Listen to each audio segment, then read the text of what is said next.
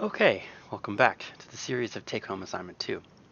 You see I've added a webcam. I felt handicapped by my inability to use air quotes and have you see them, so I thought I'd turn it on.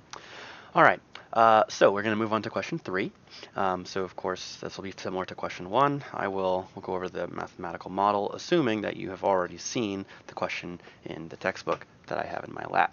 So if you haven't reviewed the problem, pause this video and go take a look at your problem statement. Okay, so just as a brief reminder, we are investing capital into a handful of projects, potentially. And so we need to see which projects to which we're going to invest. So we need to decide our projects. And so xi from I1 to 5 or 6. There's 6 of them. 2, 3, 4, 5, 6. Where xi is 1 if we fund project 1 and 0 if we do not. All right, simple as that. Do we fund project 1 or do we not? Now, from here, we need to define our objective function. Now, our objective function comes from the net present value of each project that we fund. So we will need to put in our net present value, which I think I'm going to do in thousands. Yeah, we'll do it in thousands just for convenience. So 4x1 plus 6x2. Oh, hold on. Let me backtrack. I forgot to say we want to maximize. It's very important. Don't forget, like I almost did. Okay, 6x2, 10.5 x3 plus 4x4 plus 8x5, and finally 3x6. So that's just reading from the table where it says 4,000, 6,000, 10,500, 4,000, 8,000, 3,000. So this is in thousands. So actually it doesn't matter. In fact, we don't even need to specify in the case of the mathematical model. You'll get the same answer whether you put in thousands or ones or 10,000s or whatever. You'll get the same answer in terms of your decisions. But of course, if you tell your boss you're only going to make $200, they're probably going to be disappointed. So when you're interpreting things for management, keep it in mind. But in terms of your decision that you're recommending, it won't make a difference. So let's move on to the constraints. So we have to make sure that we do not exceed our capital availability in any of the 3 years in our planning horizon. So what that means is we need to add across the quantities of capital required for each project in each year.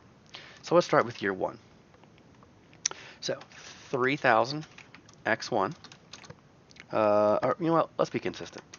3x1, 2.5 x2, 6 x3, 2 x4, oops, x4, plus 5 x5, too many spaces there, yep, 5x5 plus 1 x6.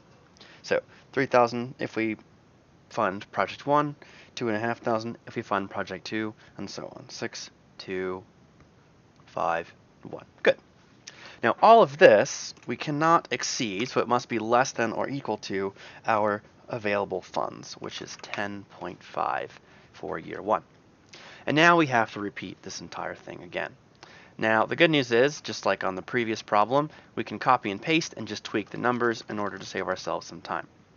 So instead of 3x1, it is 1x1. Instead of 3.5, or sorry, instead of 2.5, it's 3.5. Instead of 6 for x3, it's 4. Instead of 2, we have 1.5. Instead of 5, we have 1. Instead of 1, we have 0.5 times x6. And our total funds available for year 2 are 7,000. And so I will do this one more time. What I just did there is I held shift and pushed the up arrow key. And so you see not only did I highlight this, but I highlighted this little part right here, which is the return. So having done this, and I'm hitting copy, I can do it with my mouse so you can see it a little better. is copy. Now, if I put my cursor back at the end and paste, it will include the return and the spaces. So, and not something you have to do, but a little tip and trick there to speed up your Excel data entry. All right, let's go ahead and get in our last year. So we've got 4, 3.5, 5, 1.8, 4, and 0.9.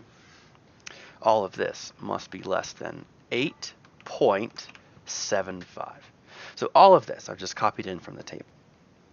Although it might be convenient for you to go ahead and type your data into Excel and then just read it off of there rather than trying to read from your lap as I'm doing. And in fact, I think I'll do that on the remaining problems. Okay, so I'll cut this video here and we'll pick back up with a new one to do the rest of the spreadsheet.